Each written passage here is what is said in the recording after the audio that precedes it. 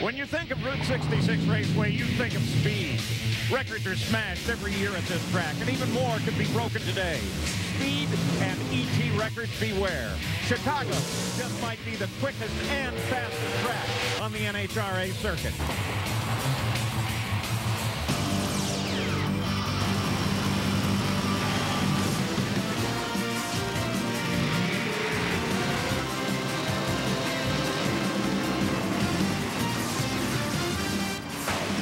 And we're about 30 miles south and west of the Loop in downtown Chicago, just outside of Joliet. It's the NHRA Powerade Drag Racing Series, and today the focus will be on the King Demon Crown at the 9th Annual CarQuest Auto Parts Nationals. The fans are here. They've been pouring into this track despite questionable weather conditions. And when you're talking King Demon, Dave Reef, you're talking big money. Biggest payday in pro stock history, Paul. $76,000 the money that Barry Grant and his King Demon brand of carburetors puts up for the 8 cars that have qualified for this event. $50,000 going to the winner. And among those who have qualified for that opportunity, indeed, Greg Anderson. He is the #1 qualifier. He was a top half qualifier at the past 23 races. This is his 4th start. He will be going after his 2nd win. He won this event in 2004. He races V Gaines, the #8 car. It's a Dodge. It's been running very well of late. It's his rookie start in this event, as he will try to get Dodge only its 2nd King Demon Crown, and 1st since Darrell Alderman did it 15 years ago. In the #4 qualifying spot, Kurt Johnson. It's his 13th start. He is a 3-time winner of this event and one of 4 guys to win it as a rookie. But the man he's going to be taking on is this guy. He's got everybody talking. It's Richie Stevens in his 4th start in the King Demon Crown. But what has everybody talking? It's the 2nd quickest run in history that you made last night. How's that going to play out for this event today? I think it's good. I mean, we came in this event, you know, not knowing what we had. David took these motors back home after the last race and did some research and development on them. And we came out here yesterday and ran real good. So we got everybody talking. I mean, to have them chasing this Mopar down feels real good. Your confidence level's got to be soaring. That's great. I mean, the weather conditions are ideal, the same as yesterday. So we got a real good feeling about it. I feel strong, and hopefully we can get it down and get some wins. In Richie's 3 previous events, he's been knocked out by a man named Johnson. So there's that revenge factor as well as we head now to Gary Gerald. And checking out the bottom half of the ladder for the King Demon Challenge, you got a couple of intriguing matchups, starting with Jason Line going against Alan Johnson. Jason Line was a finalist in this event last year, lost to Dave Conley in the battle for the $50,000 top prize, but Jason loves this racetrack. He has won here 3 times in pro stock national events in the past. As for Alan Johnson, this is the 3rd time for him to qualify for the King Demon. Somewhat ironically, he faced Line's teammate Greg Anderson in the 1st round in the 2 previous races. Unfortunately for Alan Johnson, he lost both of those. Now, the other matchup. This is a dandy. The oldest competitor in the field against the youngest. The many years of experience from Warren Johnson, who has qualified for his 21st King Demon Challenge. He'll go against Erica Enders. Erica is the 1st woman to qualify for this event, but how about the fact that when Warren first qualified for the King Demon, this woman right here, Erica, was just 2 years old. What do you and the Cagnazzi team have in store today against the old professor, Warren Johnson, when you consider his many years of experience? Oh, he's got a ton of years of experience, and we know that. So we've got a little something in store for him, hopefully. You know, we went a 68 last night in the cool, just trying to get down track after the tires shake 1st round. So we've tuned it up a little bit, and hopefully we can go out and get him. Do you at all worry about your years of inexperience against all of his years competing in this event? Well, you know, it crosses your mind, but it's something that I try not to think about because he's been somebody that I've watched growing up my entire life. He's been a hero of mine. So to be staged next to him is one thing, and it's just so surreal and exciting. And then at the other side of it, I've kind of got to block it out and just do my job, pretend I'm on a buy run, cut a light, hit my shifts, and keep it in the groove. Makes it sound so simple. Challenging for 50 grand. She'd love to do what Larry Morgan did 17 years ago in '89. Larry Morgan won the King Demon Crown before he won his 1st ever national event. Paul? Yeah, we have a great deal for you. The King Demon, the race within the race, and then there's some other pretty big stories here. Greg Anderson, who is the top qualifier in the King Demon, says what's really great about it, side-by-side cars. Anytime they're side-by-side, they're great. Even better is the $50,000 to the winner. And best yet is you don't have to worry about points when you're running the King Demon. On the other hand, there are some people here, Mike Dunn, who have some things to worry about. Yeah, and talking about points, our points leader in both Top Fuel and Funny Car currently not qualified. That's because in both their qualifying session, neither driver was able to get to the finish line under power. That's the key. Both of these teams have great cars, great combinations, but they got to get to the finish line under power. Now, we saw yesterday, first session, Ron Capps, he had problems on both runs. Breakage, left side of your screen there. Ron Capps blows an engine just before the finish line, doesn't get to the finish line under power. Then in the second session, right side of your screen, goes out there, looks like he might have broke something in the drive line, backfires a supercharger, he coasts the other end, not in the show. And then how about Melanie Troxel? In the first session for her, she went up there, got into a little bit of tire shake, smoked the tires, and had to shut off on the run. Now, last evening's session, this was key here. Andrew Cowan in the left-hand lane was out ahead of her. He blows up. The fire is big enough that the reflection off the wall, Melanie sees that and decides to lift on a run that would have got her in the show. Yeah, but that actually turns out to be a fairly decent call, and one that even guys like Mike Dunn have made in the past. Yeah, I made that mistake in the final round at Atlanta where the car caught on fire. Barry Dixon was doing a wheel stand in the other lane. The fire came in the cockpit, which I hadn't had happen in Top Fuel Dragsters before, so being an old funny car driver, I lifted. Ended up being the wrong move because the car probably would have went another couple hundred feet before the engine expired, which probably would have got me the win. Cost me the final round. Melanie, hopefully she'll get the run today, get it down the racetrack, and then she'll forget all about what happened on Friday night. Yeah, but both Ron Capps and Melanie have to worry a little bit about the weather as well as getting in, or they may not have a chance. Let's go back to King Demon. Here is how it works. Pro Stock cars, the drivers earn points over the past 23 races during Pro Stock qualifying, and they take the top 8. And here's the points coming into this race based on those 23 events. Greg Anderson had the best qualifying position for those 23 races, so he's number 1 all the way down to number 8. V Gaines, who right now has a very good car. He will run against Greg, but that's going to be a good matchup. And before we get the King Demon underway, what's happened thus far in Pro Stock? Well, we got to go back to last night, that run of Richie Stevens. We heard Dave Reef talk to him about it.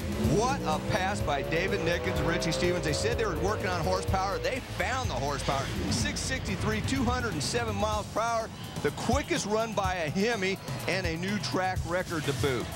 Now here is the lineup for the King Demon run, side-by-side racing. This is the cream of the crop when you go here. Greg Anderson and V Gaines, Kurt Johnson against Richie Stevens, Jason Line and Alan Johnson, and Warren Johnson against Erica Enders. I can't wait.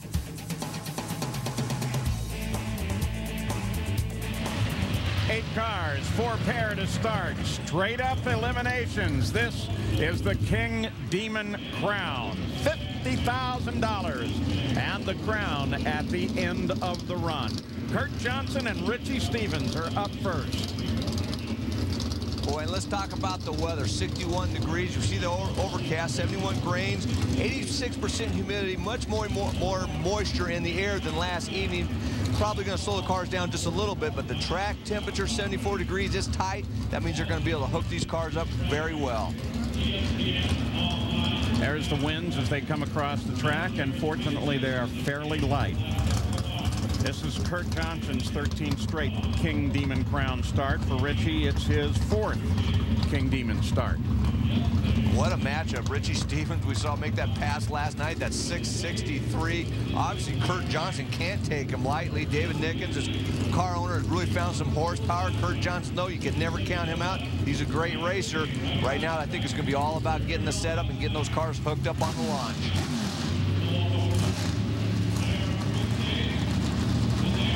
Maybe a little staging duel here. Nobody wants to go in. There goes Richie.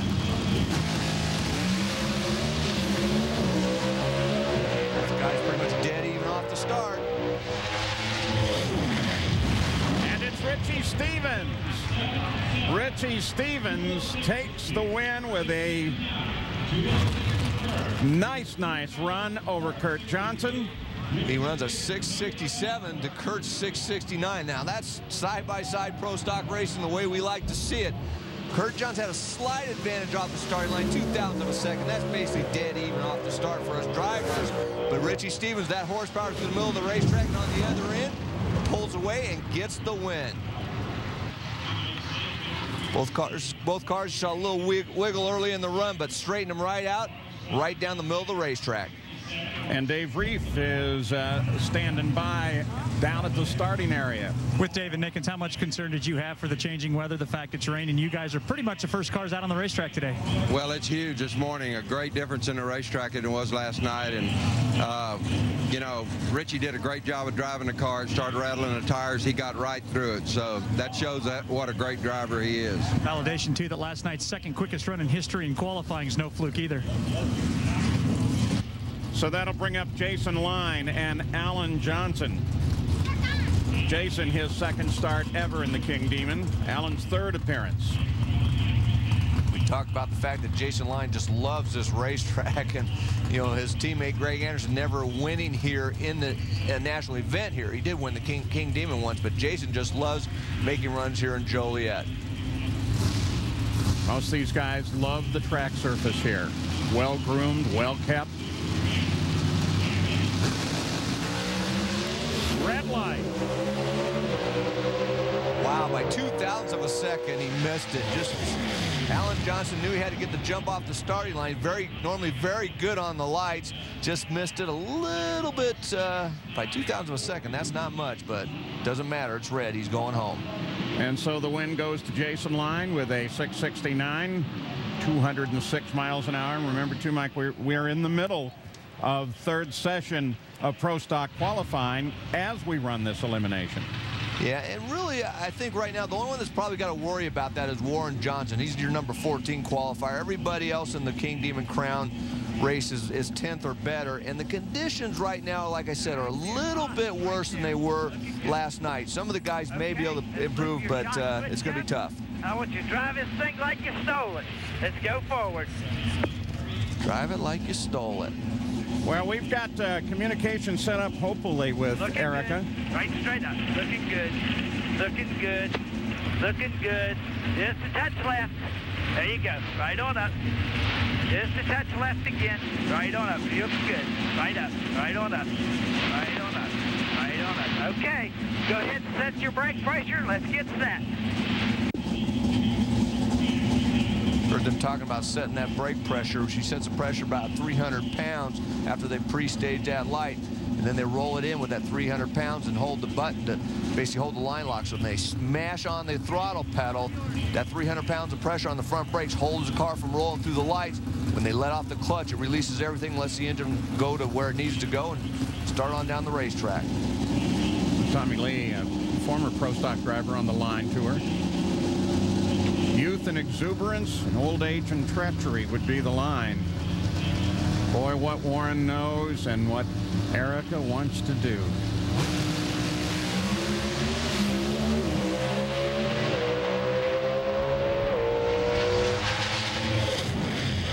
And it goes to Erica. Yours. You went a 70. He went a 68. You went on a hole shot. Awesome job. Couldn't say it any better than that. She wins on a hole shot with a 670, 205 miles an hour. And that was important to her. When I talked to her yesterday, she said, you know, with Warren sitting there and all of the history, all of the legacy that's there, this is a major moment in my life. Yeah, and that makes a big difference. The last couple races, they've been struggling in elimination. She's been doing very well in qualifying, but that was a very good job by Erica. She had almost 0.04 of a second advantage, just under 0.04 of a second advantage over Warren, and obviously she needed it. Didn't run quite the ET that Warren did, but that advantage off the starting line got her to the finish line first and into the next round. And here is Tommy Lee down on the starting line, the cheerleader there. How tough is it to keep Erica pumped up, or is she pretty focused? No, she's pretty focused, you know. We got a little ritual. We try to throw a little joke in here and there, and, you know, drive this thing like you stole it, man. That's just a good saying. It worked. Nicely done. Congratulations on to round two.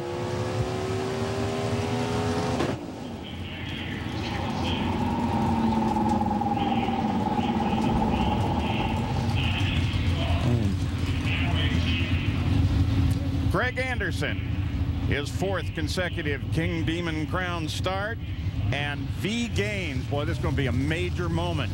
See whether or not V Gaines can get in here. Anderson, of course, the top qualifier. And a red light. And already V Gaines is out of there. He knew he needed it, and he said that he wasn't that good on the tree this year. Well, he's still not, because he red lighted. He's been struggling. He's been getting beat on hole shots, so he wanted to raise his game. Obviously, he made a mistake and went red by 26 thousandths of a second. That's pretty blatant, but he knew he had to get the jump on Greg Anderson, and unfortunately, he just left a little too soon. And Anderson was also worried about his starts as well, so he proved it there. Hey, Gary Gerould, I'll bet Erica is flying high. Yes, indeed. She had a big smile when she jumped out of that car. A hole shot win always produces that, but I'm looking ahead. You've got Jason Line in the next round, and you and Jason have some history at this racetrack, because wasn't it a year ago when you were in your first ever Pro Stock final against him? Yes, it was, and hopefully we can get him back this time. I think we owe him one, but we got some work to do when we get back to the pit. Obviously, we're a little bit slower on ET. Jason has lane choice, but that's not going to matter. See if we can put this Slammers Ultimate Milk Chevy Cobalt in the final of the King Demon Crown. Good stuff. Keep it up.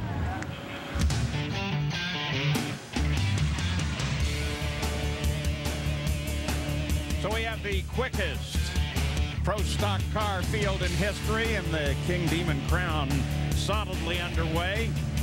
Anderson will have lane choice over Richie Stevens. And how about Erica? Well, Jason's going to have the lane choice. That's going to be tough. There is more qualifying yet to come from Route 66. Stay with us. To me. No, take the choice. And Casual Mail XL. Call 1-866-THINK-XL for stores and your free catalog offer. And a nice look there in the office of David Grubnick. It's time for Top Fuel at Route 66 Raceway. And let's go back to yesterday, session number 1. Morgan Lucas, Tony Schumacher. Tony Schumacher with a new car they put together in 7 days. That Brad Hammond chassis really worked. They're loving a 448 at 329 miles per hour. Then in session number 2 last night, Melanie Troxel against Andrew Cowan. Watch Andrew on the left side of your screen. He's going to erupt in a ball of flame. Melanie sees that, actually lives on a run that probably would have, or more than likely would have got her in the show. She runs a 479 at 229. Then J.R. Todd and Morgan Lucas. Watch J.R. Todd. He runs a 452 at 326 career best speed, and Morgan gets in the show with a 459. Then we have Doug Herbert and Joe Hartley. Doug Herbert runs low ET of the session, a 452. Makes a nice run right there. His team has that car really running well right now. Yep, the big story right now is Melanie Troxel. She is not in this field, the Top Fuel points leader. Will she make it in? Conditions are excellent right now. Track temperature at 76 degrees, air about 61. It's been steady at that. Just moments ago, Dave Reef caught up with Melanie. Melanie, with an eye in the sky, how are you feeling? Well, I think we're going to get this pass in here, but it's always nerve-wracking going into, the last day and possibly the last pass without being in the session. So, we're going to do our best just to stay optimistic about it and hope that we get down the track this pass. You described last night's fire. You saw the flash, but the reason you stopped, the biggest flash you've ever saw, even bigger than any fire you had. Absolutely. Andrew was out quite a bit on us, so that puts his fire even closer. And to be honest with you, I didn't see it in the direction of his lane. I saw it light up, reflect off of the white wall. I had shook out of the groove, was way over near the left wall, and then saw, the wall over there just light up brighter than it ever has when I've been on fire. So I thought we had a serious problem. Obviously got out of the throttle, got the car stopped as quick as I could. Had no idea that it was Andrew in the other lane, and it's just an unfortunate turn of events, and we'll make the best of it. Time to put the hat on. It's focus time. Melanie Troxel certainly with a great deal to consider. Doug Coletta and Joe Hartley.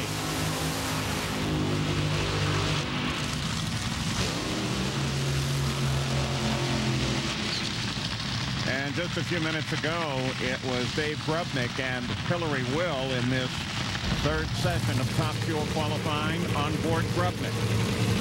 Wondering how the track conditions are? Well, we're going to see right here.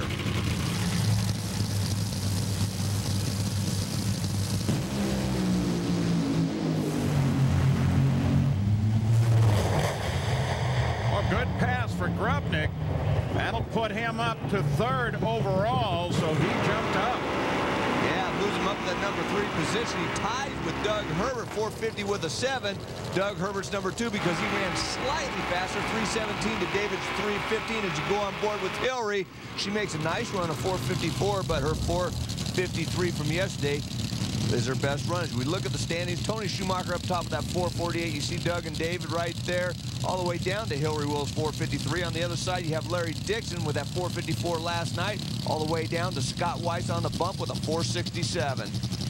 And look there, Melanie Troxel, 19th, not yet in this field, the points leader. Back up at the starting line, Doug Coletta, 3 wins last 4 races. And the hottest driver on the circuit. He likes the cool conditions. They talked to Ron Tolber. He says he can run good in any kind of condition right now. He's confident.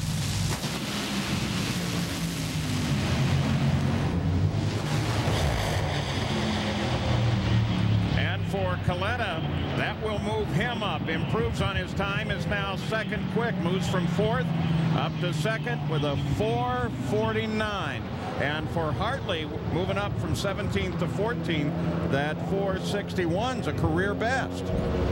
Good job by both teams, but Doug Coletta, Ron Tolbert really got that car running well. Remember in Atlanta when they ran them 440s on Eliminations Day to get that win? Just a great job. But watch Joe Hartley, picks the front end up there as he starts applying the clutch to the middle of the track, just kind of bounces that front end just a little bit, sachets a little bit, but still makes a nice run and gets in the show. And remember, too, Andrew Cowan, that was who had the run against Melanie, had the engine problem. He is now the bump with a 465. Melanie still not in this field. And here comes Hot Rod Fuller and Scott Palmer.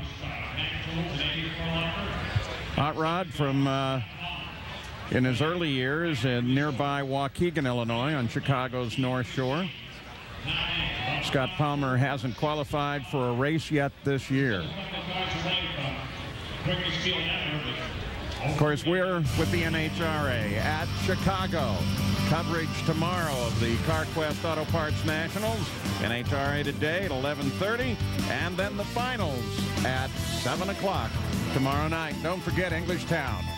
1 week, we're going to dedicate the entire qualifying show. Your questions, just log on to NHRA@ESPN.com. Finals are at 5 o'clock, just like it is written on your screen. Sorry about that. Let's go to Gary Gerould. Doug Coletta, you're sitting up there at the line. It's been kind of a wait-and-see process, but everybody knows the conditions are good for speed. Did you have an inkling that Ron Tolbert would have you set up that you could run in the 40s? I tell you, Ron's been doing an awesome job with this car, and you know, he had a great tune-up for that run, and you know, the track conditions here are usually great. So with the conditions we got this weekend, so far so good. This guy is on a major roll right now.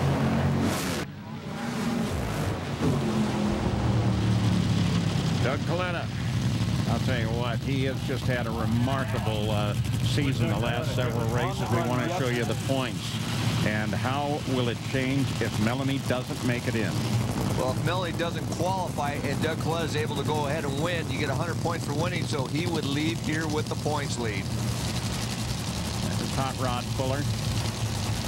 Short guy, really stocky, very athletic. Runner-up here last year.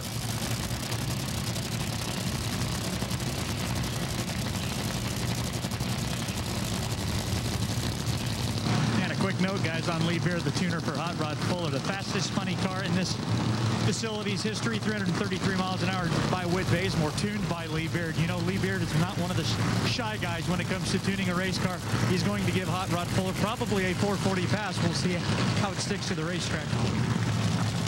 Palmer's career best of 463, so he'd have to run that to make it into this field right now, and not going to do it. Fuller, on the other hand, with a 451, 327 miles an hour, moves up into 5th place. Palmer still not in this field, and he's going to have to step up if he wants to be. Cowan still the bump at 465, and Melanie Troxel is next in line. Well, the good news for Melanie is we talk about the track conditions. Not only is the track giving these cars great elapsed times and big time speeds, but it's very forgiving. In other words, a lot of cars going down the racetrack. That is key, because that's what Melanie, like we talked about, needs to do. Get this car down the racetrack from A to B, because we know she makes enough horsepower. If it does that, she will get in the show. Yeah, take a look, though. Track temp, nice down. Temperature comfortable, air temperature a little cooler. It's been hovering right around 60 degrees. Melanie Troxel, points leader, not qualified. Conditions are right. They're absolutely perfect for her right now. Track, like I said, is very forgiving. We saw a little bit of tire smoke at the head of the throttle last evening, but hardly any smoke in that shake area, which is critical.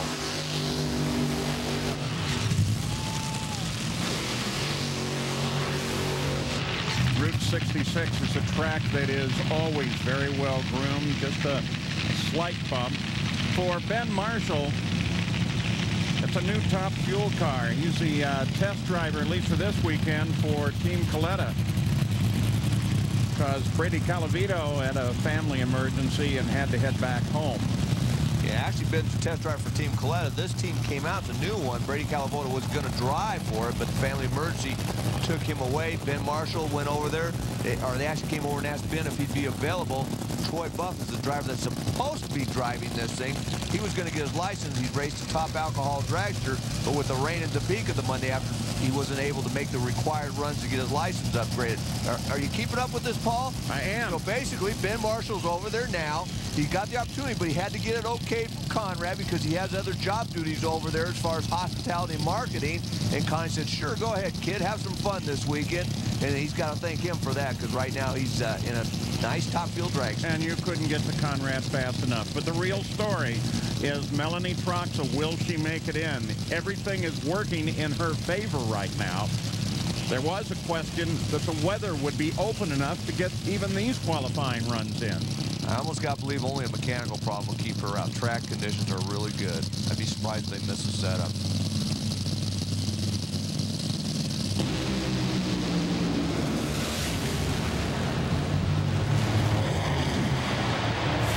.455. That will put 19th into the field in 10th place. So she is in, but in the bottom half. But the key word there is she's in. I mean, when you're out there outside looking in, you want to make sure you get qualified. I'm sure that basically Richard Hogan said, let's get this thing down the racetrack. Had good numbers early in the run, but then towards the finish, you're going to see some cylinders going out on the left side of your screen right there. Slowed the car down a little bit, but she had enough early momentum to get her into that show. Watch her pick the front end up. Looked like it bobbled the tire just a little bit and then drove right through it. She's charging 274 miles per hour at the 8th, but then right after that, the cylinder went out, slowed her down a little bit, but still good enough to get in the show. So Melanie Troxel is in the field. That has to be an incredible relief, because with the weather conditions constantly changing here, there was a worry that last night's qualifying would have been the end of everything. It was raining when we arrived at the track. It's rained off and on, but it's cleared enough for Melody to make it into this field.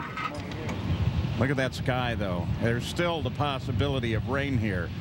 It comes and it goes. We're about 30 miles south and west of the Chicago Loop, not far from the Joliet State Prison, famous for the Blues Brothers.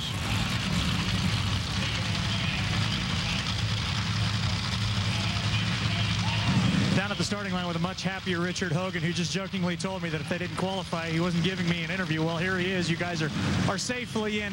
How gingered the tune-up right there, and how happy are you right now? That was just a wild guess. We're so screwed up this week, I just threw a different combination at it to see if we can get away with it. What do you mean wild guess? Come on, you guys get paid to do this. Well, it's still a guess sometimes. Well, it is. Come on. It is. So it was pretty difficult. Clutch program, everything. Engine combination, the whole deal this morning, just to try a different way to do it, and got away with it. You pretty happy to see this weather hold off? Yeah, very happy. Go celebrate a little bit as we go down to the far end with Gary Gerould. Your crew chief, Melanie, is saying it was a wild guess. That doesn't do a lot to inspire driver's confidence, does it?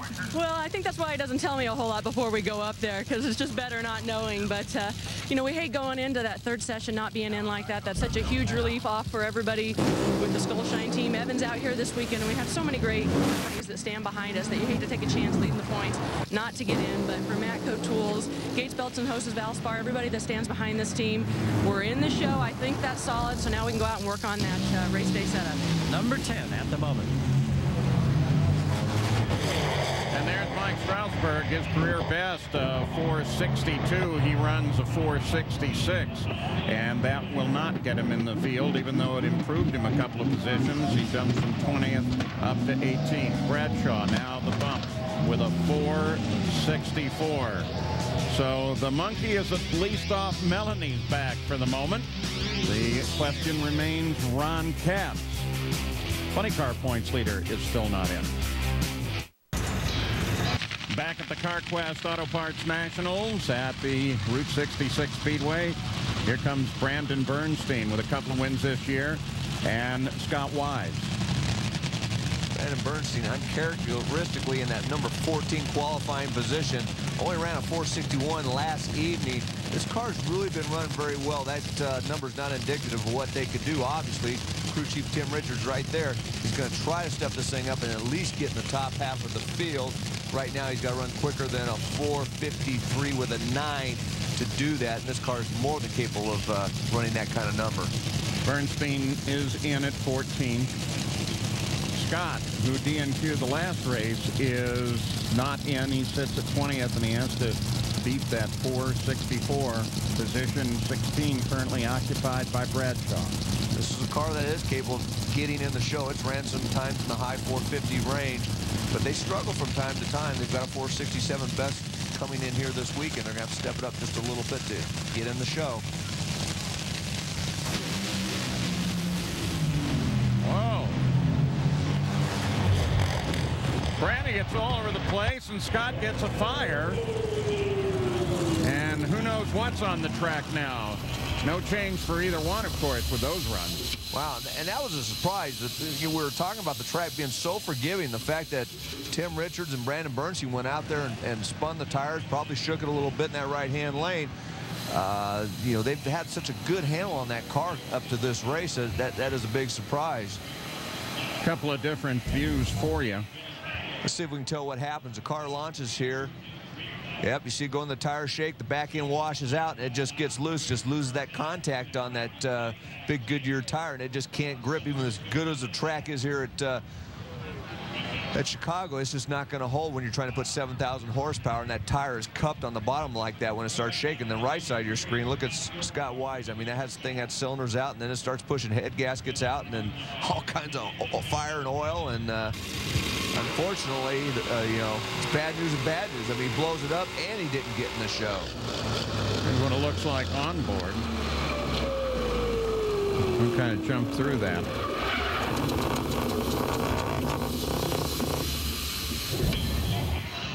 So, as we continue in Top Fuel, joining us now is Greg Anderson.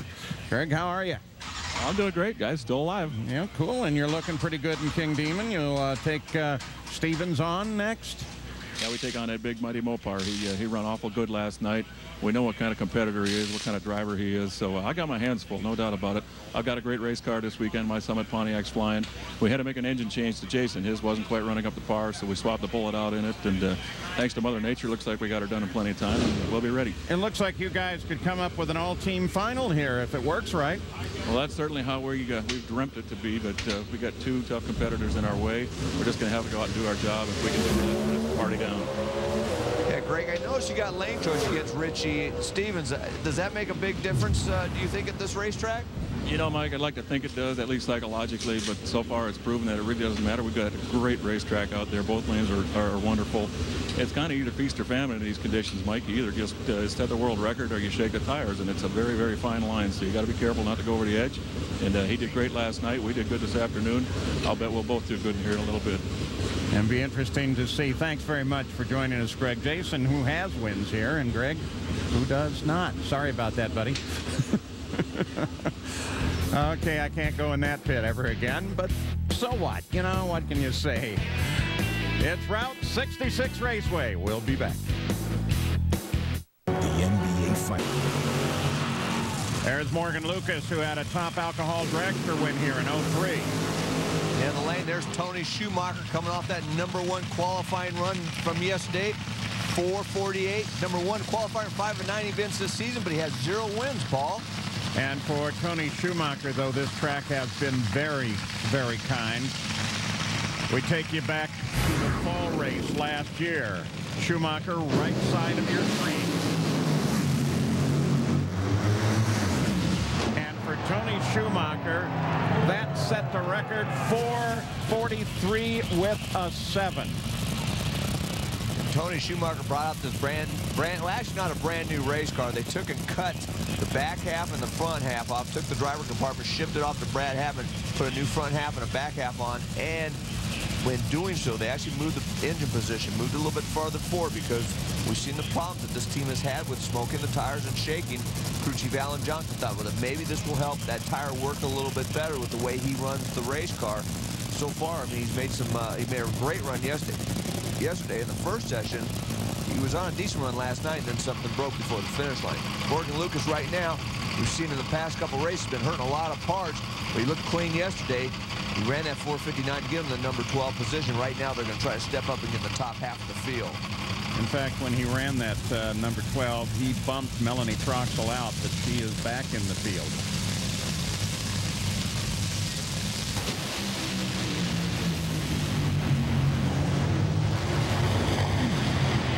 Schumacher with a 4:44 with a 7.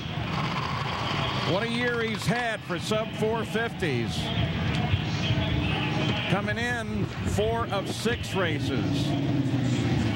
Ties for the 6th quickest run in history for Schumacher. Morgan Lucas with a 4:58 with a 9. What a pass for that team. I almost thought I saw the thing start to put a cylinder out, but obviously to run those kinds of numbers, that thing was hooked up all the way down the racetrack. Right at this point, I thought I saw a little bit of funny flame, but obviously I was mistaken. He went 279 miles per hour at the 8th mile. I'm sure it hit the rev limiter on the other end, slowed to only 327. Otherwise, that car was capable without the rev limiter of running over 335 miles per hour. No telling what he would have ran if that thing hadn't been on there. And both were improvements for Schumacher and Lucas, but neither one moved. Schumacher, of course, top qualifier. They're the best times out of the session with that 4:44 that we just saw. That was terrific. Nice going, Tony. Let's go to Gary Gerould. Yeah, I knew it. Tony Schumacher, are we finding the consistency? Brand new race car here. Alan Johnson took the front half, the back half off, put together a new Hadman chassis, and you're a rocket. It's going great. Last night was another outstanding run. It moved over to the inside, and I had to shut it off, unfortunately. But this Army car's back, man. You know, going twice in a row, I was pretty excited. But 3 times, man, we're definitely got something figured out here. And the Army team, these guys don't fail, you know. Once we get it figured out, this is going to be a very consistent race car. I don't think there's anyone out there that'll doubt that. So, but for all the people, this is my hometown, you know, my grandma Schumacher back at home. Praying for me to win this race, man. We're gonna try to win this one for you. And Chris Dorado, sorry about the passing of your father yesterday, but our prayers are with you, man. Thanks. Chris, PR guy for the U.S. Army effort in this. Tony comes from nearby Long Grove, Illinois, so another Chicagoland area guy. Still 76 degrees track temperature. Air temperature still hovering around 60. And the winds are very light. So if you want to run a record, this is an opportunity. Schumacher just showed that it can be done. David Baca and Corey McClenison. Yeah, the teams love the cloud cover for what it does to the track. Long as we don't want it to get too thick when it starts to get that rain, though. But right now, the track conditions are great. Corey Mack, he's feeling awfully good lately. That even though he's got a couple cracked ribs that they actually found last week when his doctor saw the replay, said, "Come on in." Yeah, he says, "From the accident at Bristol." Yeah, they find him now. Yeah, and there really isn't a whole lot they can do with him. He's just you know, bearing with the pain. He's been doing it for the last few races, so he said he'll probably heal in another, you know, 6 weeks or so, and he'll be good to go. Corey Mack, left of the screen.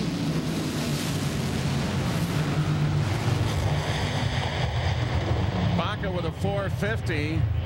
Corey Mack with a 455 for Baca, career best ever speed, and that will move Baca from 13th up to 3rd, so he gets up in the top half of the field. Corey Mack stays where he was at 11th.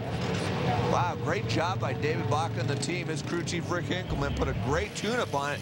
Yesterday they were shut off in the first session, came back last night, ran a 4:59, and then stepped it up right here, a 450 over 331 miles per hour. Nice job. Yeah, that car got to be a handful as it came up to the top end, though. Nice run. So Baca is now in third place, and we have seen a lot of movement up in these last couple of runs of session 3. We'll be back.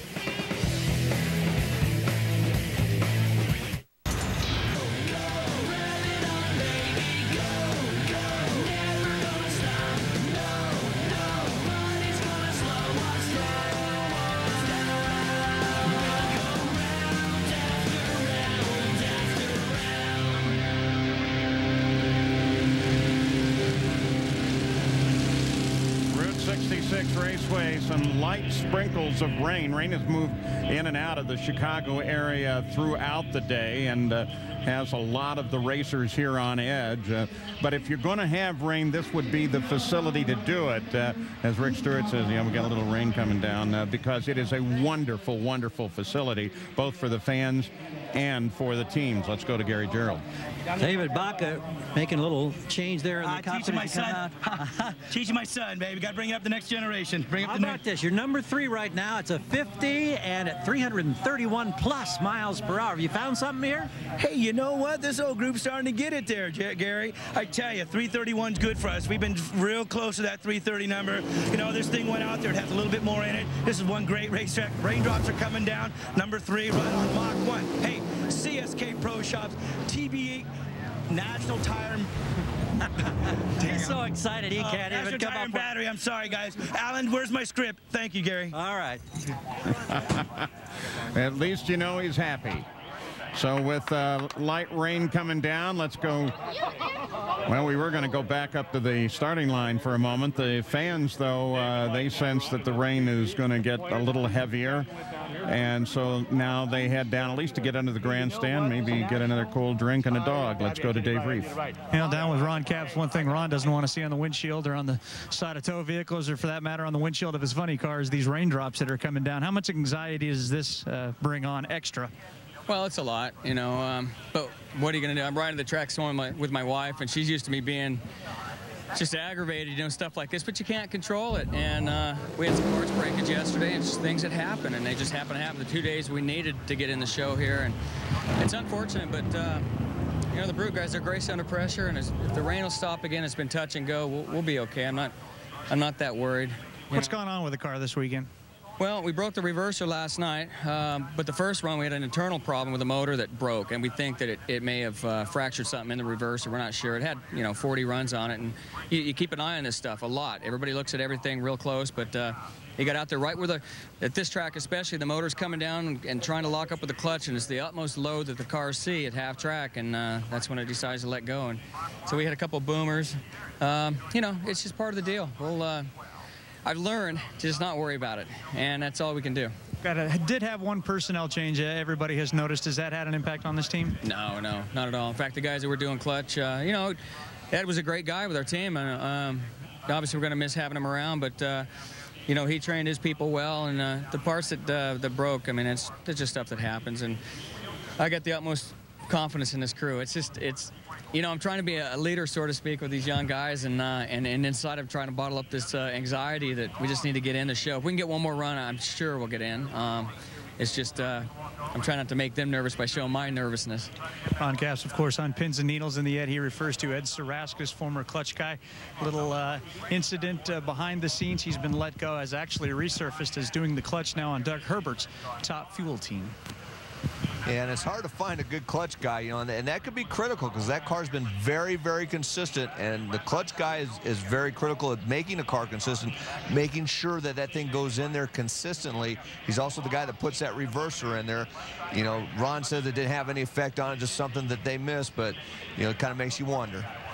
And Ron sits in there with Ed McCullough in the driver's seat. The rain is coming down. You occasionally can see a drop pass through the camera view, and you certainly can see it on the windshield of the vehicle.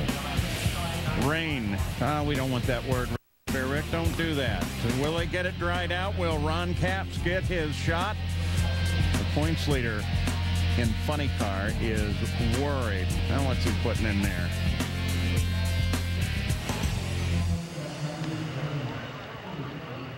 Jesse James and Frank James, Billy Kid, all the rest. Supposed to be some bad cats out there in the West. Get your mojo humming. So available on ESPN2 HD. Well, weather continues to be a factor at the Route 66 Raceway in Chicago, Illinois. Melanie Troxel is in, but now the rains come down, and that puts more and more of the issue right squarely on Ron Capps, the points leader, who is not yet in this qualifying field, and time is literally running out. If it continues to rain, we don't have a couple of sessions. Boy, he's cooked. Yeah, and right now, I mean, his nerves have got to be going crazy because I've been in that position before. Right now is the worst part. If he gets the run and that once that engine starts, it's going to be the calmest he's going to been all day long because then he knows at least he's in control of his own destiny. He's going to get that run. So right now, all he's thinking about is rain, stop, so I can get that run and at least get a shot at qualifying. Well, here's part of the good news for Ron Capps. He has the backing of an incredible individual. Ed the Ace McCullough is the crew chief on that team. He's got plenty of experience behind the wheel himself, and right now is with Gary Gerould. Well, obviously, as this weather lingers, the concerns mount for Ace McCullough, Ron Capps, and a team that is not yet in the show. You've been down this weather road, I'm sure, many, many times in your career. Any secrets to handling it and trying to keep the anxiety and apprehension at a minimum? Well, you know, it's one of those things. I mean, and it just, you know, goes back. The first run down the racetrack is a very important run, you know, and obviously the second is more so, especially if you have weather coming. And I mean, we failed on both attempts yesterday, and here we've got the weather, and I mean, we're on the outside looking in. So hopefully the weather will break and we'll get another shot at it. What are your nerves like in a situation like this? Well, I mean, it's, you know, I didn't sleep good last night. I mean, I can tell you that. I mean, I was awake at 4 o'clock and, you know, wondering, you know, what happens, what did we do, what have we changed, what's different.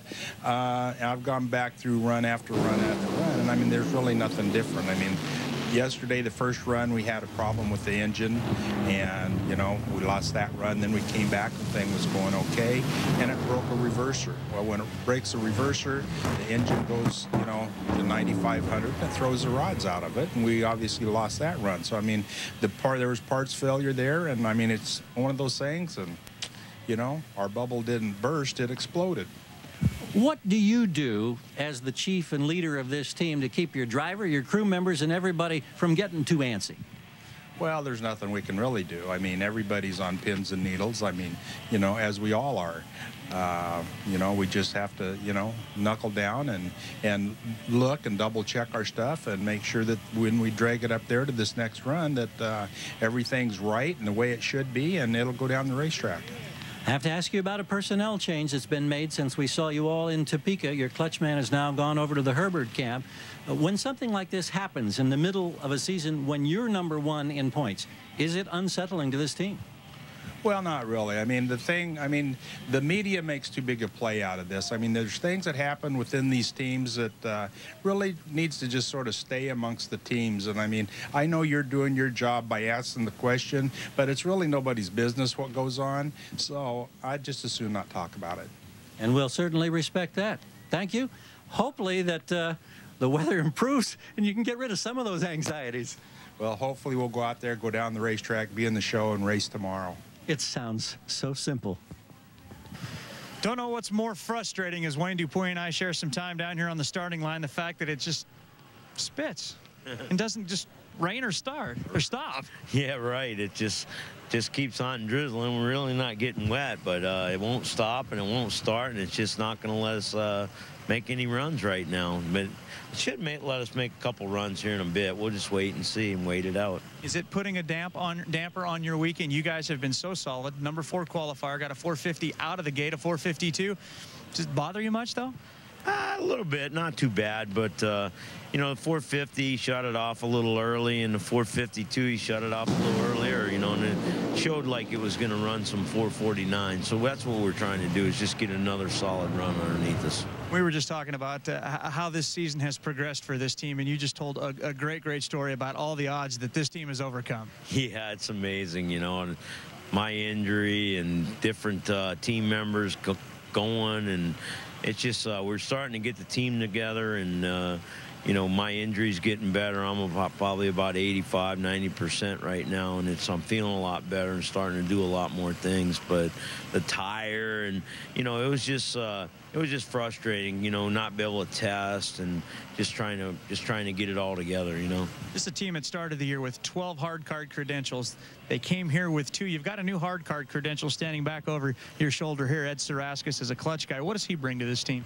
Yeah, Big Ed. You know, he brings some experience, and you know, he does the clutch excellent, and I'm glad to have him. And you know, we're trying to build a group here, and hopefully we get it built pretty soon and start winning some races and be a threat, you know, out there like we were at the end of last year. See if we can do it. Hopefully this rain goes away, as we wish you the best of luck today. All right, thanks, Dave. Let's talk to Ed Saraskis real quick. Eddie, wearing some new colors here. We're used to seeing you wear the Brood Green. Little change of flavor. What happened? I think competition gets the best of you in some circumstances, and we had a very good outing at Topeka, and unfortunately I had an issue with another crew member, and Ace made a decision to better the team, and there's really no hard feelings. You know, there may be some hard feelings over there. I don't know. Me and Ron have talked about it. There's no problems. There's no issues. Ace is still my hero. He always will be. He's a great guy. Whoever, you know, can benefit that team, Ace has to do it, and I wish him the best. You're certainly doing a good job over here so far. Wayne Dupuis just told me that. So obviously some interesting interaction between the teams going on there. IndyCar Series, Texas Motor Speedway, the IRL. The event is the Bombardier Learjet 500. Roger Penske's 2 cars and Chip Ganassi's are up towards the front. I'll tell you what, it always develops into a great finish, and the coverage will be on ESPN 9 o'clock tonight. How about Pro Stock Motorcycle? They battled some crosswinds. We start with the Session 1. And we got Antron Brown and Chip Ellis. Chip Ellis right side of your screen. Both riders looking to get that 6-second run. Chip Ellis comes oh so close. A 7:01 at 189. His career best DT. Antron Brown with a 7:11. Then in Session 3, well, we see it. Once again, Chip Ellis, Antron Brown. Ellis right side of your screen. And guess what? He does it. 698, 188 miles per hour. The second quickest run ever. You can imagine how happy he was when he got to Gary. Well, Chip Ellis, we knew the conditions were just right. Did you have a hunch that you might be able to become the second rider ever to get under 7? And with a third time, we've had one of these marks. This was a 698. Man, I'll tell you, Gary, I owe it all to this SNS power. George Bryce, George Smith, Mac Tools. I just wanted to make a good lap, man. I knew the bike was capable of running in the 6s, and I never actually ever thought about it. I knew if I just made a good lap, the motorcycle was capable. And, man, it's awesome. It's great. You know, we ran some 690s in testing, and to come out here and do it is pretty awesome. You got another opportunity with a 4th and final session coming up later if the weather holds. Can you improve on that? I mean, anything's possible, you know. That was pretty awesome. The 698 out here is pretty fast. It's a little bit of a crosswind, but, man, like I said, SNS, Mac Tools, George Bryce, George Smith, Big Ken Johnson, I'm doing this for him. You know, last year at this race, he wasn't here because he lost his leg, and he's back. We're back. We're going to get her done. Why not get greedy? Go for some more here. Huh? Thanks, buddy. Thank y'all. Thanks, Powerade. Oh, yeah, Chip has been incredibly stout here. I thought you had to ride a funny bike to go. And how about John Force? If Ron Capps doesn't make it into this field, then John Force has a reason to smile, because he's going to take a nice jump in the points. If the weather holds, Capps might make it in, though. So Mother Nature is playing into this thing for Ron Capps.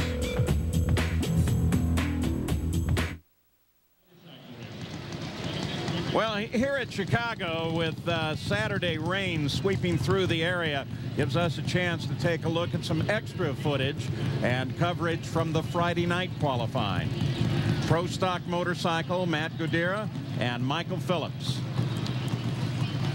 So far, Karen Stouffer has the best ET of the session, 708. Conditions we've talked about are very good out there right now. Key is getting that horsepower hooked up to, just like the fuel cars. They still have, I mean, the bikes aren't going to go out there and smoke the tires, but they can lose elapsed time if they spin too hard early or if they bog the engine on the launch.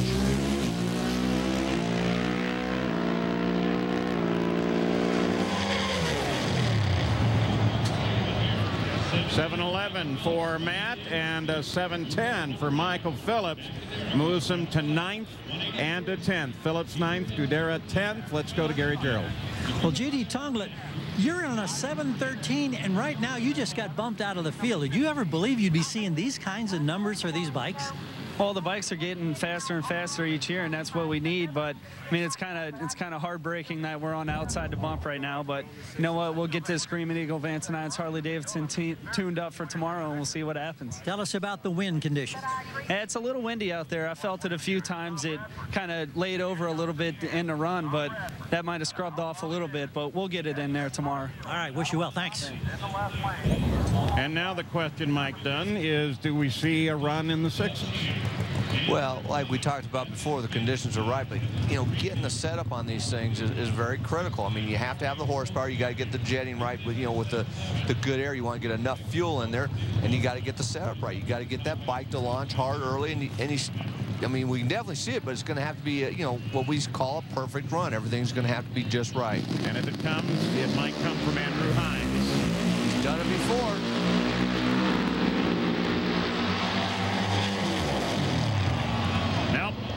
Not this time. 7:03 at 190 miles an hour for Andrew Hines to a 7:10. Bradford, at least that's going to put him in 9th and Hines up into 2nd place. NHRA in Chicago, Illinois this weekend. It's the CarQuest Auto Parts Nationals. Our coverage on Sunday with NHRA today, 11:30 in the morning, and then the finals at 5 o'clock in the evening Eastern Time. And don't forget, next Saturday in Englishtown, New Jersey, we'll dedicate our entire qualifying show to your questions. So send us those questions. Your favorite drivers and crew chiefs will give you the answers. NHRA at ESPN.com. Antron Brown. And beside him will be Marco Andriano. Brown, of course, the winner at Atlanta. Marco's qualified fairly well, but he's had some red light problems this year.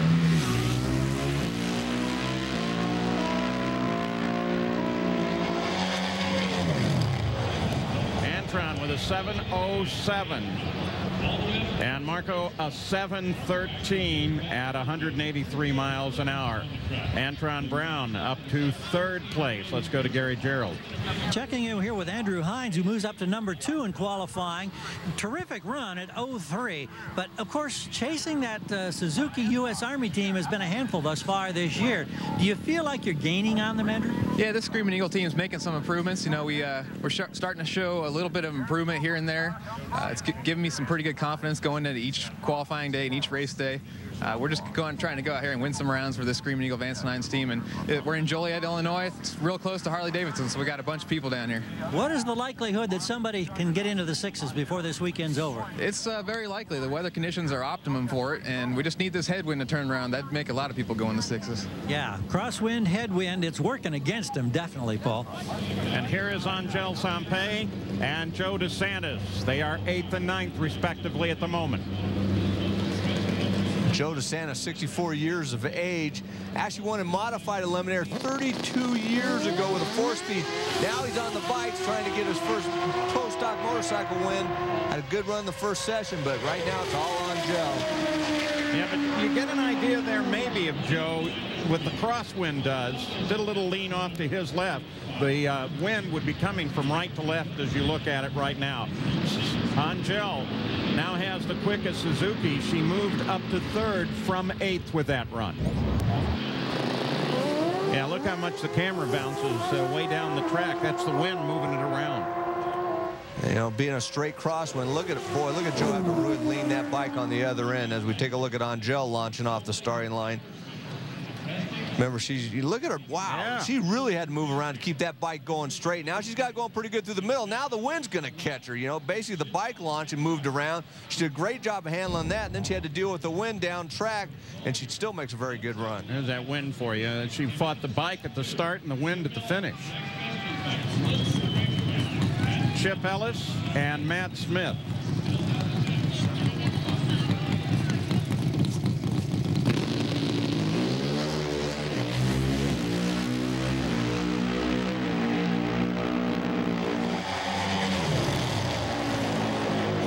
Chip Ellis with a 7:06 to a 7:09 for Matt Smith, and that gives Ellis continued dominance as the top qualifier. Let's go up to the top end, Gary Gerould. Well, here's the U.S. Army team that has dominated the first 4 events this year, and Angel Sempay has 3 of the victories. Antron Brown has the other one. You jumped up to the number 3 spot, gained 5 positions in qualifying, but tell us about an adventure, because they said your bike was kind of all over the racetrack. My bike has been all over the racetrack for every single race, and we've been winning, so if that means we're going to win, then let it be all over the racetrack. We always get it worked out on Sunday, and that's all that matters. Is that these U.S. Army Suzukis are going straight on Sunday, and my team's doing an awesome job at getting that done. And we have lots of sponsors here this weekend. This is our home track with Schumacher Racing here. So Matco Tools, Gates Belts and Hoses, Trijicon, everybody that supports us. We got to give you some thumbs up, guys. Thanks. Absolutely. Antron, a quick word with you. When we're talking about that sharp crosswind and basically a headwind, how much does it unsettle the bike, and how important the lane you're in, how does it impact? It's very important, especially on these 2 wheels. We don't have 4 wheels to keep us stable, and we're all just trying to do the best job we can to keep them straight, stable, and smooth, and get ET. Because look at his class. I mean, from a 03 to a 10 is your top 12 people. So quickest in the history of the sport. So we just gotta keep it tight, and this U.S. Army team is going to be all right for all the soldiers over there. So we're just going to get back, work hard, and dig deep, and see what we can do tomorrow. All right, and I think Dave Reef's about ready to glean some knowledge from George Bryce. You bet, the man who tunes up Chip Ellis's bike along with Ken Johnson. And George, we saw 7:01 earlier. A lot of us got greedy here thinking maybe we'd see another 6-second pass tonight, but no go. How come?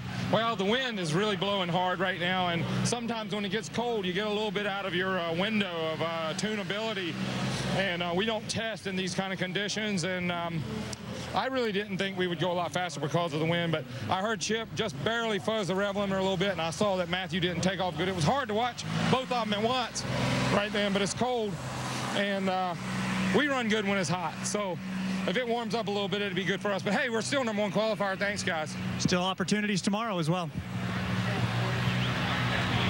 We are back live with you now, and shot of the sky. It's been so frustrating here. The rain comes, NHRA throws all of its assets at the quarter mile, trying to get it dry. About the time they do, and the rain is stopped, then here it comes again.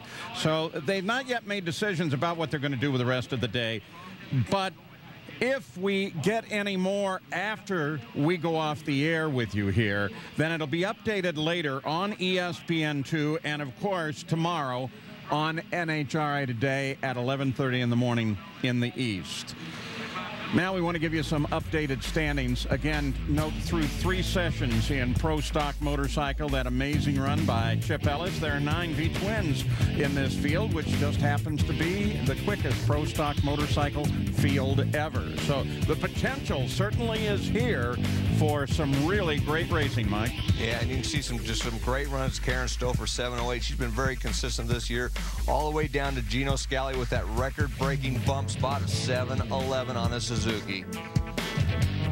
So changing conditions at Chicago and the Route 66 Raceway, and it's driving a lot of people, especially Ron Katz, really nuts. But the race fans, they will stick in with it. They will stay. They are amazing people. And when we return, we'll have a chance to talk with one of the most popular racers in the sport, 3-time Top Fuel champion, Shirley Muldowney. There she is.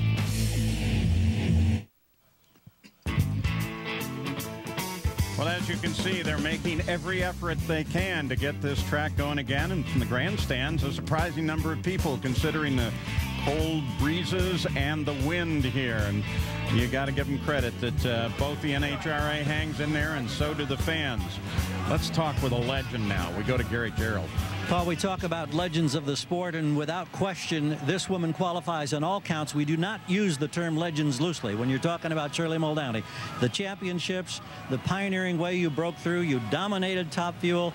It's great to see you at the racetrack, and even though it's a rainy, drizzly day and everybody's kind of saying, oh, we want to see cars on the racetrack, you're out here signing autographs for these many, many fans.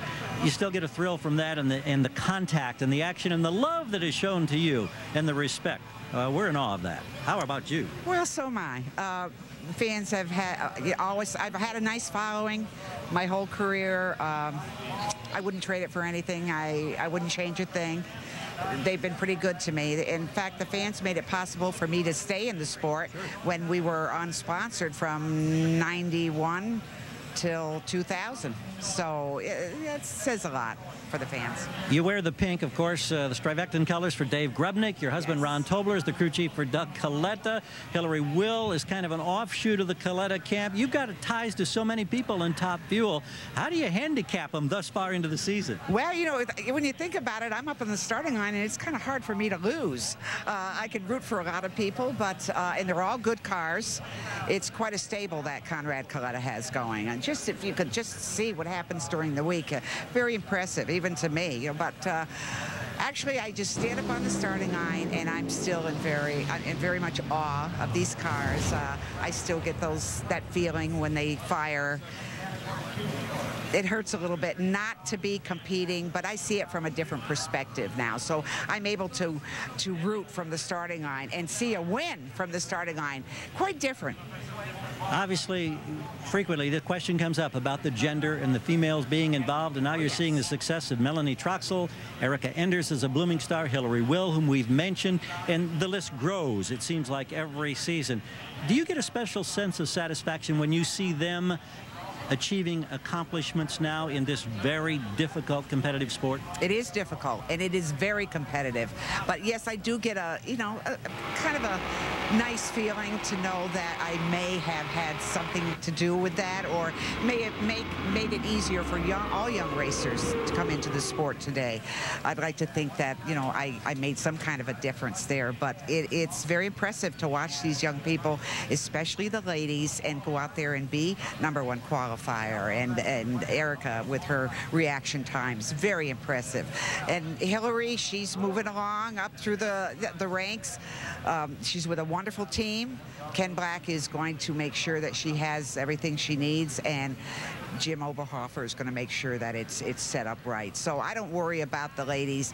I do go up there and my heart does flutter when Doug Coletta comes to the starting line, because there is not another car out there that has that special spot in my heart like Doug. You know, it's my husband's car, and I know that Doug has the best there is.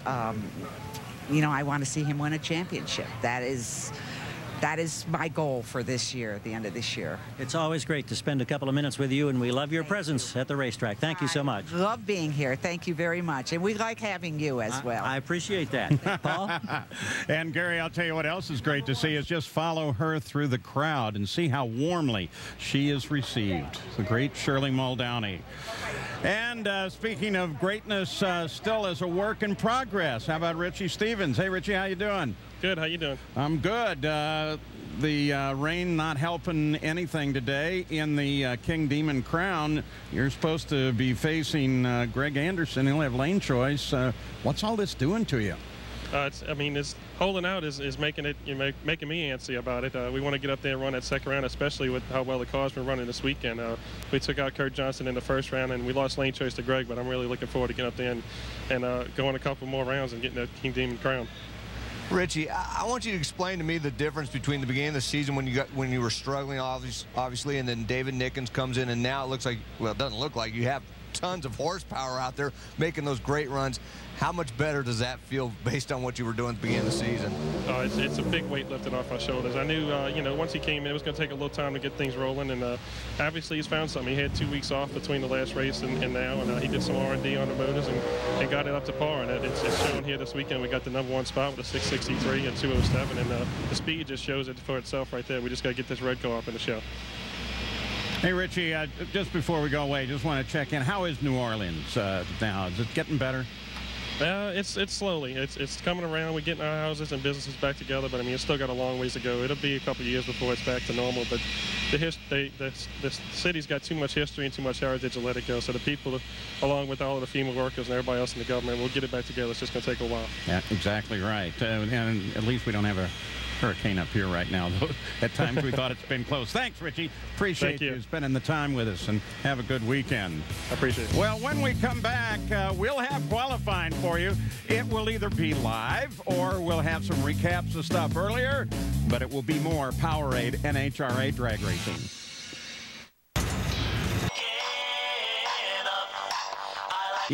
As the NHRA continues to try and get this quarter-mile drag strip back into shape at the Route 66 Raceway. Fans are there, and we're kind of hoping that something will happen before we go off the air, and certainly by the end of the evening.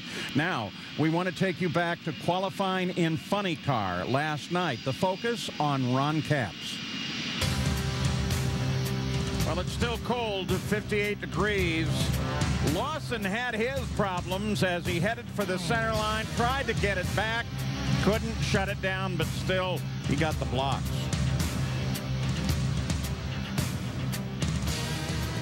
Here comes a big moment. Ron Capps, you see him closest. Can he make it into this qualifying field? The winner at Topeka, the current points leader. And he will face Creasy, who just is off an IHRA win, so he's riding high as well. This, too, for Creasy will be his hometown track, so there's a lot of motivation over in that far lane. For Ron Capps, he just got to power it down the strip, and he'll be golden.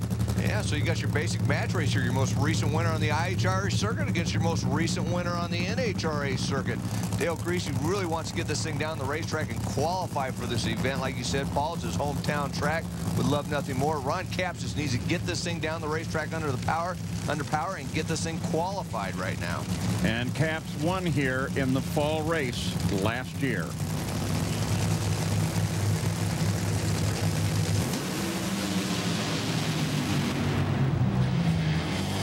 Capps shuts her down. Creasy over by the wall. A career best elapsed time from 18th moves to 11th. Boy, that looked awful close, though. How about that, though? But I mean, that was still a great run. And how about Ron Capps not in the show? In 2 runs, he was not able to get down the track. It looks like he broke on both runs trying to get this thing down the track. Right side of your screen, let's watch and see if it's Ron Capps. Had a good run there.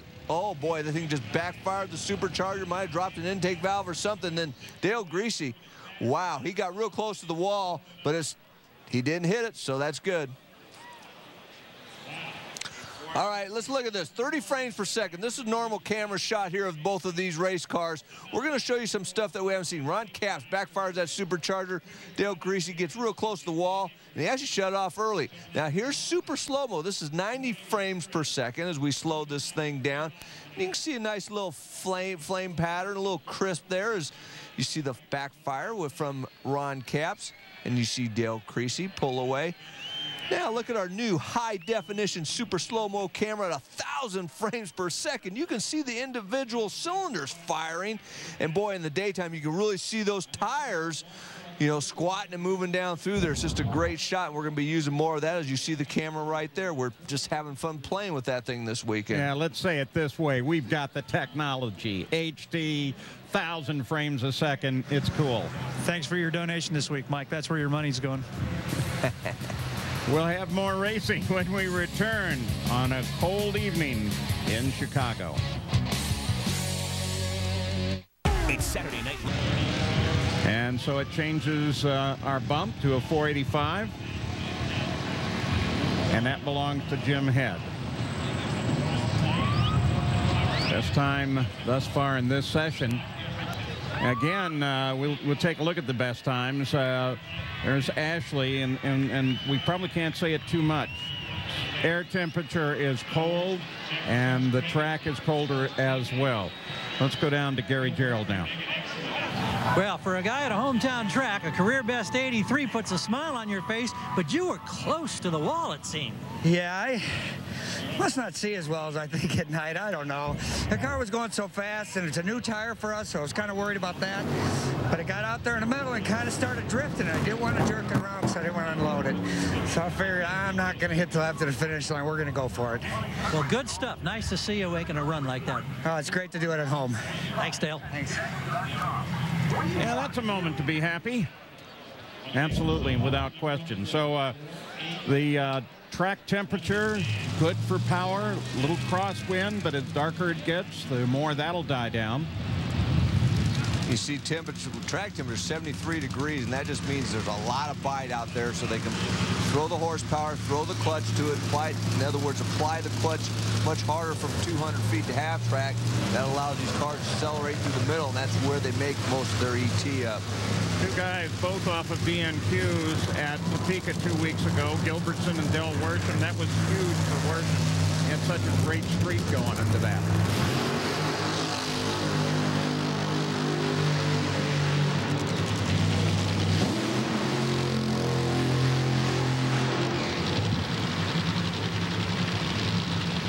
And we saw Tim Wilkerson make a run, but earlier today, watch this with our super slow-mo burnout here. See the cylinders firing, that one cylinder pumping out raw fuel. That's normal on a burnout. Usually at least 1 or 2 cylinders, but sometimes 3 cylinders will actually go out on the burnout because there's no load on the engine. It's just a great shot of showing that car just moving through the paces on a burnout. And what we're seeing is not smoke, it's just raw fuel coming through there, isn't it? Yeah, it's just not lighting it because, like I said, there's no load on the engine. When you go through that water, it just doesn't work that engine. Then on the run, when you work it and you're applying that heat and you're applying that clutch, it really works the engine. It's easier to light the cylinders. You know, Del Worsham and Bob Gilbertson, the guys that are on the line right now, are two of just a number of funny car drivers this year. You know, you start talking about Friday night qualifying sessions, Mike and Paul. It used to be, you were just talking about what goes on with Pro Stock and Pro Stock motorcycle, normally aspirated categories, but anymore, funny car has become such a dogfight that it seems like guys are going home one each week, and everybody now has to put their onus on getting into the show and getting into a top half qualifying spot on Friday night. You're hearing it more and more. So Gilbertson and Worsham. After Topeka, Worsham really wants this, but then so does Gilbertson.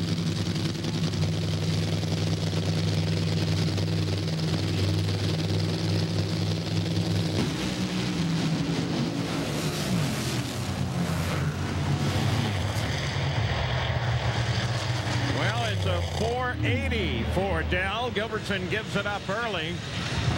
And that puts him now in 11th place. His best run today has come with that 480.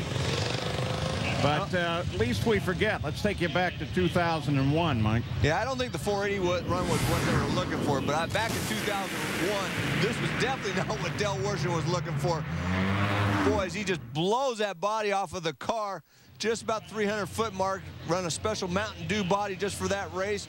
They had to go back and put their standard body on the next day. And what does he do? He takes out John Force in the final round. That's the way to bounce back. Yeah, from a big bang to an even bigger bang, and does it with a hole shot. Del Worsham in 2001.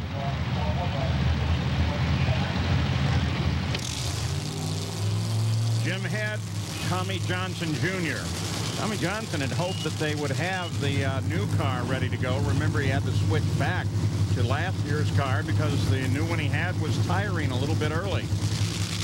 Now they are going to get that new car going, hopefully, next week.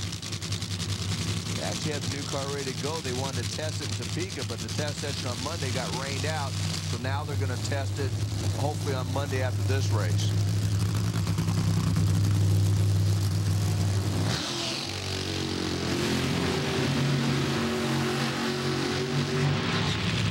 Tommy Johnson Jr. is currently in at 8th with a 478 from the first qualifying. Jim Head with his 485 is the bump. You know, I had a chance to talk with Tommy Johnson earlier today, sit down up in the lounge, talk about a number of things, including the fact that his team is 6th in points, hasn't been going exactly like they would have liked it to lately, but they do consider themselves a sleeper in the field. But you know, they're not going to be sleeping too much. Tommy Johnson, his wife, Melanie Troxel, husband and wife, are starting to help get drag racing into the mainstream as a husband and wife category. In fact, you check out this month's episode, or I should say edition of Sports Illustrated, you will find a little article about the husband and wife tandem in there. And of course, coming up next week, I've been told that the New York Times is doing an article on the husband and wife tandem of Tommy Johnson Jr. and Melanie Troxel. So drag racing doing some good things courtesy of those two guys. Yeah, can't get much better media than that. SI and the New York Times. I've bought it. I've never been in it. How about you, Mike? I don't know if I've ever bought it. I know I've never been in it. You're showing your true colors. Yeah. Don't tell anybody. Oh, no. Wouldn't do that. Tommy Johnson Jr., Jim Head. Jim Head's been coming to life as of late. The car's been making some pretty good runs. Right now, though, he is on the bump spot, looking to try to get off of that.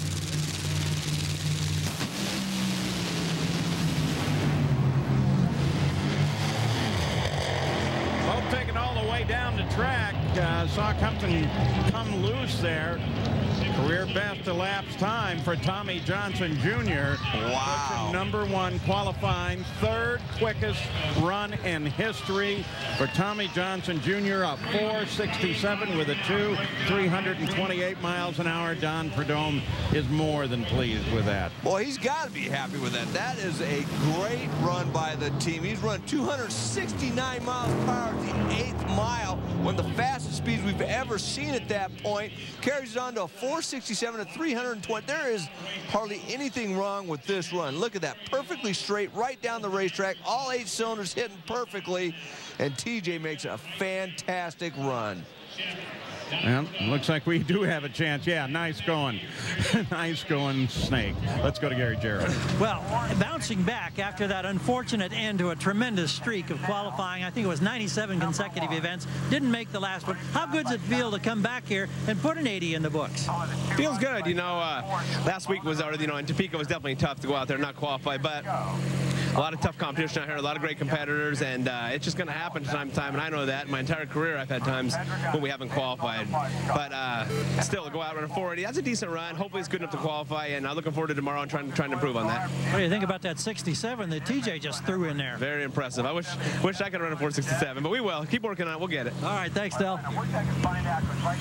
Well, while Tommy Johnson Jr. ran to the #1 qualifier, Jim Head moved up to 12th, got him off of the bubble. And when we come back, it's going to be some more super high definition slow-mo and more qualifying. Stay with us. For it. He won here in 02 and then went on to a championship.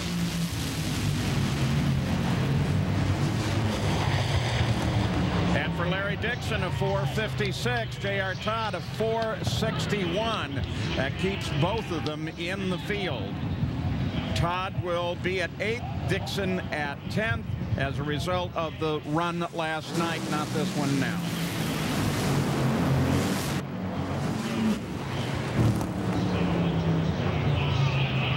So as Larry Dixon rolls to a stop, we're anticipating what will happen here in the next few minutes.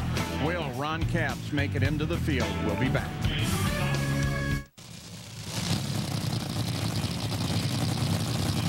Back for the last run, Top Fuel qualifying. Bob Vandergriff and Doug Herbert.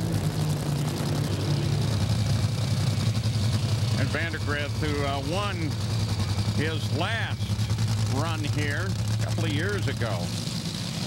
04. Got the brothers Jim Dupuis and Wayne Dupuis crew chiefing on both these cars. Wayne's been doing a great job this weekend on Doug's car.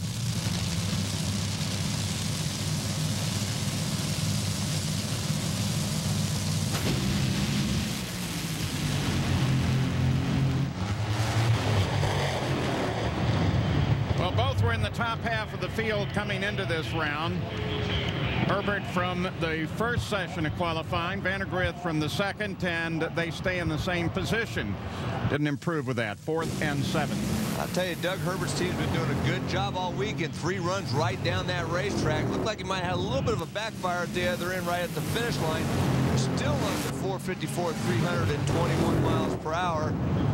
Let's see if we can see it here. The car launch is good, had good early numbers, had a cylinder out, but then relit that cylinder. So that slowed a little bit of lapse time down. Probably could have possibly cost him as much as 0.05 of a second. Still a nice job by the team. Let's go up to the top end. Gary Gerould with Larry Dixon. Yeah, and Larry also has a new member on the team here, and Todd Smith. Tell me about this man and what his role is now with this organization. Well, really, the best way to explain it is I think every Austin Coil needs a Bernie Federle, and he's our Bernie. So it's just to try and strengthen our team, to bring more depth and more talent to it, and he's certainly got the credentials. Todd, your thoughts about stepping in here now kind of in the middle of the season and trying to get familiar with new personnel and one thing or another? Comfortable at this point? Yeah, very comfortable, and it's a great opportunity for me to come to work for Don Prudhomme and Larry and Donnie Bender and the whole crew.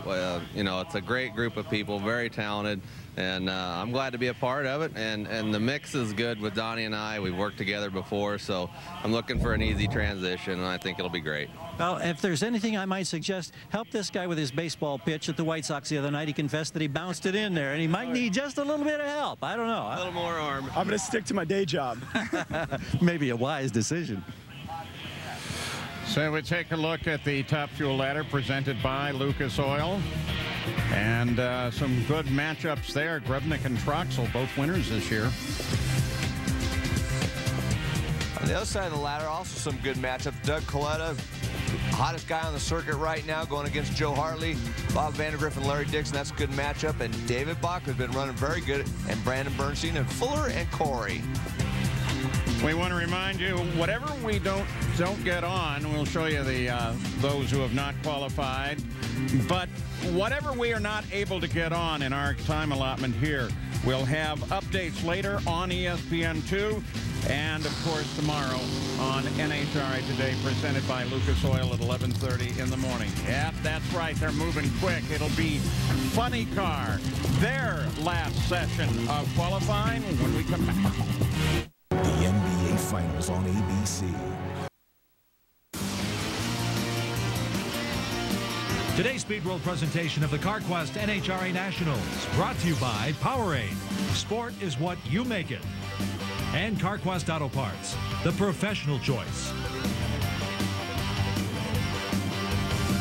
And another look at our extreme replay. 1,000 frames per second shutter speed. Is that great or what?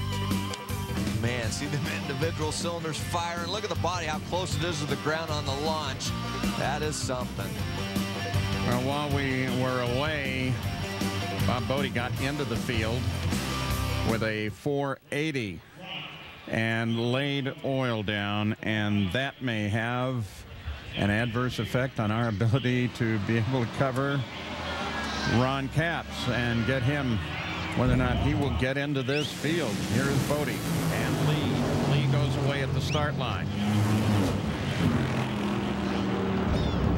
Bob Bodie makes a nice run, 480 to get in the show, and that puts Scott Coletta on the bump spot with a 483 with a number of cars not in the show coming up behind him. Obviously, Ed Ace McCullough right there is a little bit nervous because he knows right now that nothing can go wrong with that car if he wants to get this thing in the show. Yeah, look at these standings with Tommy Johnson Jr. at the top of qualifying, and there's the top half of the field rounded off by Gary Scelzi. Bottom half, Mike Ashley is in there with a good run, and the bump, Scott Coletta with a 483. And that's what Ed the Ace is thinking about, and I can guarantee you Ron Capps is thinking even harder about it right now. And these delays are not helping the blood pressure. I mean, Ace is just up there looking at the racetrack, and he just wants to make sure that that car goes down the racetrack. He knows he can make the power to get in the show to run better than a 483. But, boy, he can't make any mistakes. One little mistake, if that thing's off a little bit or something breaks, he's going to be gone. Let's go to Gary Gerould. He's with Whit Bazemore. Well, Whit Bazemore, it appears obviously that this team has really made some significant progress in the last 2 or 3 events. Do you feel like you've turned a major corner here? Oh, absolutely, Gary. You know, we really struggled a lot at the beginning of the year, and it's tough. It's sometimes it's just part of the game. You know, you pay your dues, and you can have the best of everything, the best people, the best equipment, and you still struggle. And to me, it's a test of the team's resolve and the talent of the people on the team to dig yourselves out of a hole. And I definitely think the Matco Tools team has done that. And we've had a runner-up, you know, and that was a race, quite honestly, you know, that on paper we really should have won, and we didn't. But those little problems, we're getting rid of them little by little, and the performance of the car has really come around, and to the point where it's really fun for me, and it's exciting again, because we're a contender, and for me, that's what it's all about. Now, we're hearing talk about personnel being moved around, that Brian Corradi may end up with Mike Ashley, and a change that he's making and joining an offshoot of the Schumacher camp. Does that put a crimp in your style? I don't know if that's been made public yet, and if it's indeed going to happen. If that were to happen, you know, we have really good chemistry here. Todd and Brian work well together, and you know, anything that would have a negative effect on this team, I'm 100% against, obviously. And if something like that were to happen, I would certainly let my feelings be known. Well, we appreciate that. Meanwhile, keep going fast and going straight. Thank you. Thank you. All right. Currently 6th in qualifying with a 470 out of last night's session. John Force, as he sits ready to go. There's some pretty stout cars yet to come up, and we could have the quickest funny car field ever before this is over. Don't forget NHRA Today, presented by Lucas Oil, Sunday morning, 11:30, and then our coverage of the finals for the CarQuest Auto Parts Nationals at 5 o'clock in the East tomorrow night. Well, what we'd actually hoped to take a few measurements of track temperature there. It's been right about 79 degrees most of the day. They're still working on the oil down. Had it not been for this, we were really hoping that Ron Capps would be out before we have to go out the air and make his run. We'd at least know what would happen with that man, the current points leader in funny car, who is not yet in the field, and with some really strong competition yet to come. Let's go to Dave. Well, perhaps some good news. I'm watching the NHRA Safety Safari work over in the left lane. That's the one good news if you're Ron Capps, and of course the ace is the fact that you're going to be running the right lane, so any concerns about oil in your lane, that has to be diminished tremendously. As I get out of the way of the tractor right now, I can also tell you that the oil down is already cleaned up, so hopefully here within the next minute and a half, possibly 2 minutes, we should get some cars fired. Don't know if that leaves enough time for Ron Capps, though, to make our air. Well, Ron Capps is just wondering whether or not he's going to get on national television. He's wondering more whether or not he will make it into this field. And so is Ed the Ace. Imagine the tension that is there with those two. And during the rain delay, Gary Gerould caught up with Gary Densham. Well, here near the head of the staging lanes in Joliet and waiting, and I don't know if it's patiently or not, is Gary Densham. He is one of those who has not yet punched his way into the funny car field, and he's hoping he'll get the opportunity. You and Ron Capps kind of in the same boat. How do you handle the anxieties? What are your concerns? Well, obviously, I think our car and obviously Ron's car are both capable of getting into the field if we get to run. But we can't control the weather. And with the funny car fields as tough as they are this year, you make a mistake on Friday night, you might not qualify.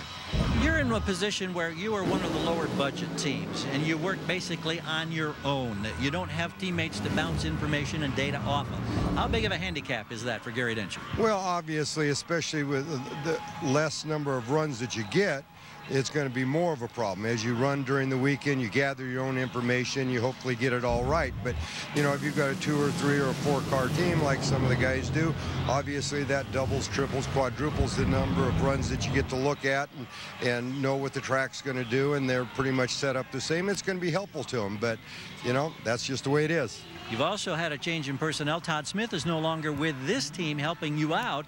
Is that a huge loss for you, and how do you adjust? Oh, Todd's a great guy. I wouldn't call it a huge loss. I mean, Todd's a dragster guy. Basically, he spent the first 4 or 5 races learning how to run a funny car from us. But you know, his input is always valuable, and you know, he'll be missed. But I think Greg can fill the void, and I think we'll be just fine. Gary Dencham trying to keep a streak alive. He has not missed a show thus far this year, and he's determined that this weather's going to clear and he's going to make it. Exactly. He and Bob Gilbertson would be next up on the line when they get the track clear from the oil down.